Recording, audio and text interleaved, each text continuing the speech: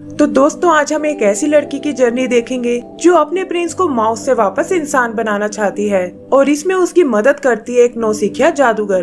तो चलिए शुरू करते हैं। तो मूवी के शुरू में हमें एलेक्स नाम के एक प्रिंस के बारे में बताया जाता है जिसे एक विच ने खानदानी दुश्मनी के कारण माउस में बदल दिया और उसकी जगह एक फेक प्रिंस ओलाफ को बिठा दिया।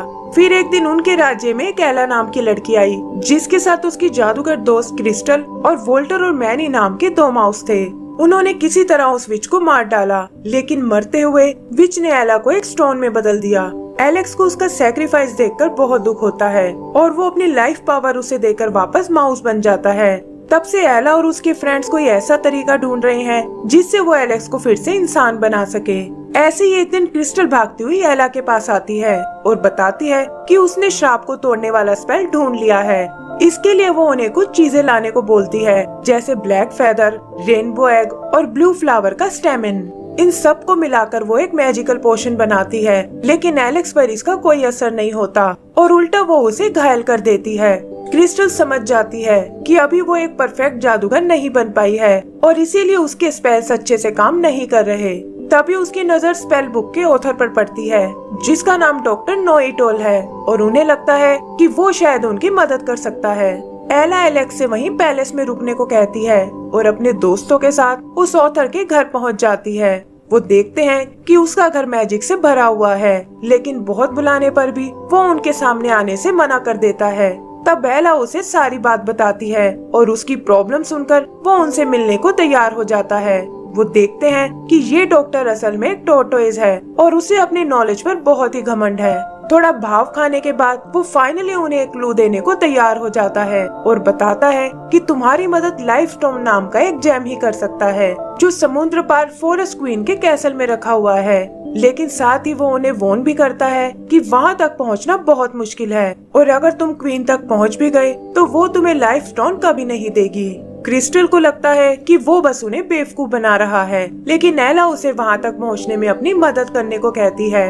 तब डॉक्टर उन्हें बताता है कि मेरे बैकयार्ड में एक क्लाउड रहता है और अगर तुम उसे मना सको तो वो तुम्हें समुद्र के पार ले जा सकता है।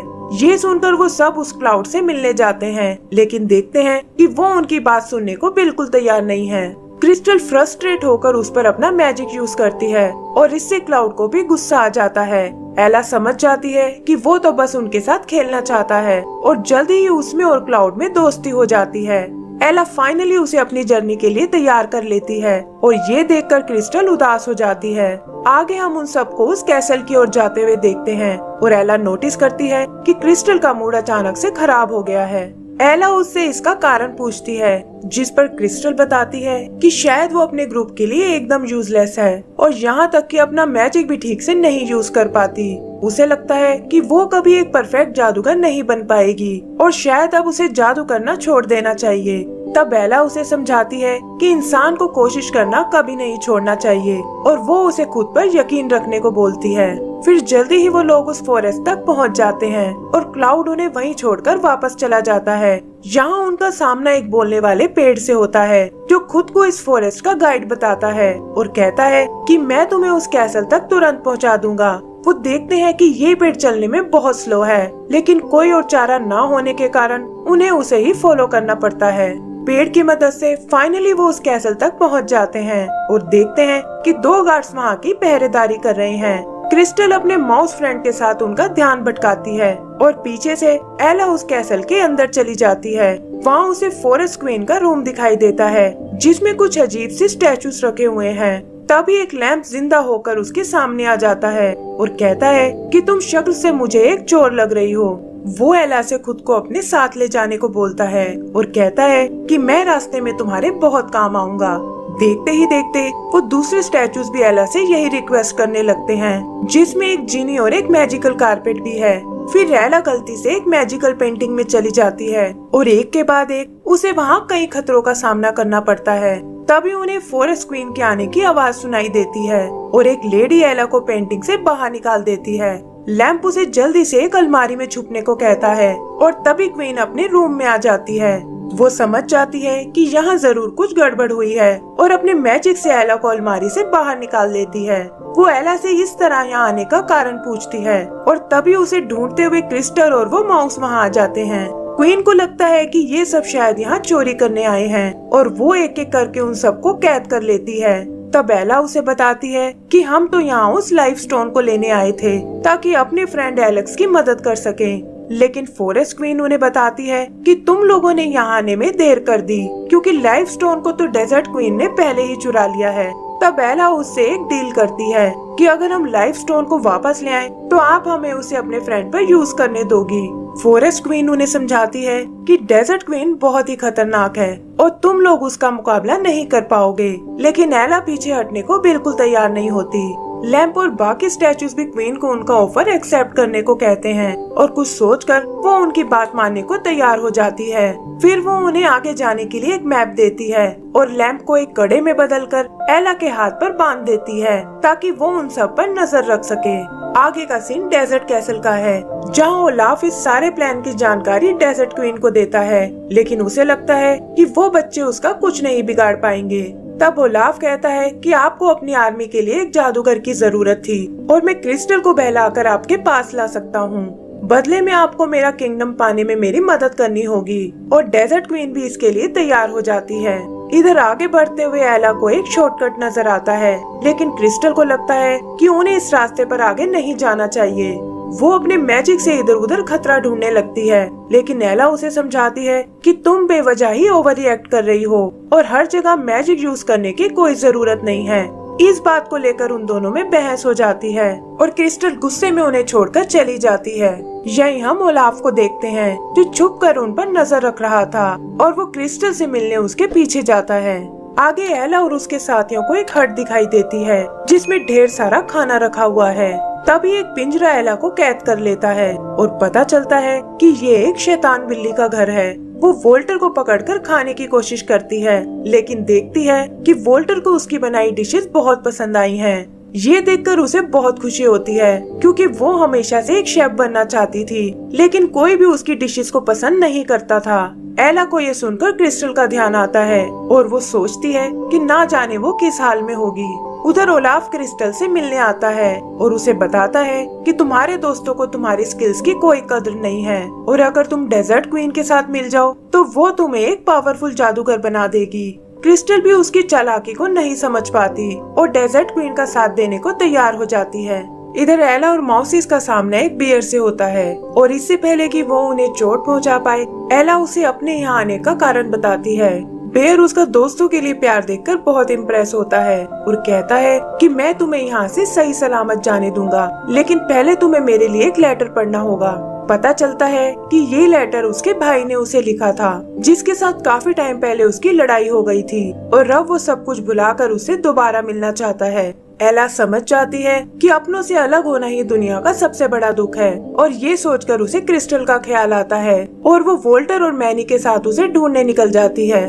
ओलाफ भी डेजर्ट में उन्हें देख लेता है और क्रिस्टल की मदद से वो उन तीनों को एक स्पेल में कैद कर लेते हैं।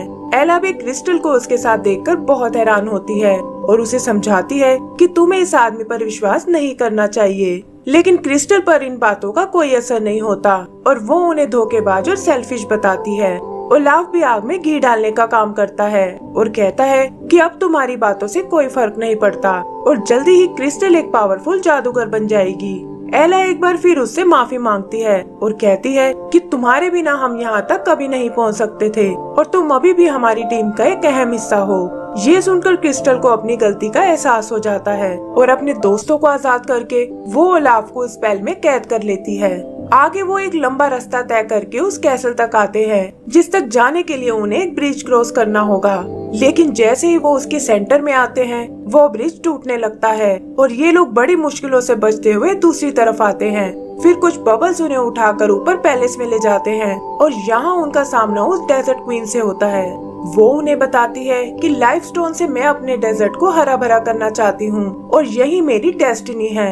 एला उससे किसी और तरीके के बारे में पूछती है, जिस पर क्वीन कहती है कि मुझे अपने काम के लिए एक जादूगर की जरूरत है और अगर क्रिस्टल यहाँ रहने को तैयार हो जाए तो मैं तुम्हें वो लाइफ स्टोन यूज करने के लिए दे सकती हूँ। क्रिस्टल उसकी बात मानने को तैयार हो जाती है और एला को समझाती है कि इससे वो एलेक्स को फिर से इंसान बना सकती है और डेजर्ट क्वीन की मदद से उसका बड़ा जादूगर बनने का सपना भी पूरा हो जाएगा।